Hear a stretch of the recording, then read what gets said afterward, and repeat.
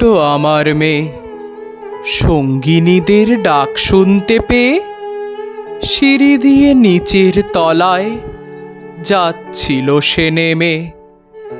অন্ধকারে ভয়ে ভয়ে থেমে থেমে হাতে ছিল প্রদীপ খানি, আঁচল দিয়ে আড়াল করে চলছিল সাবধানে।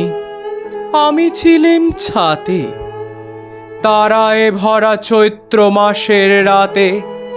হঠাৎ মেয়ের কান্না শুনে উঠে দেখতে গেলেম ছুটে।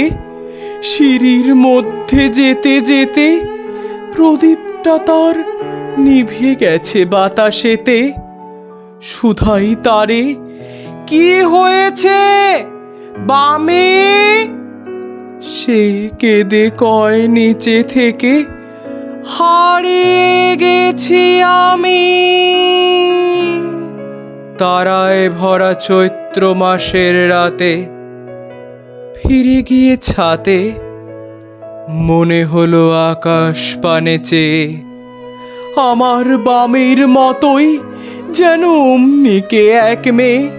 নীলাম্বরের আঁচল খানি ঘিরে দীপশিখাটি বাঁচিয়ে একা চলছে ধীরে ধীরে।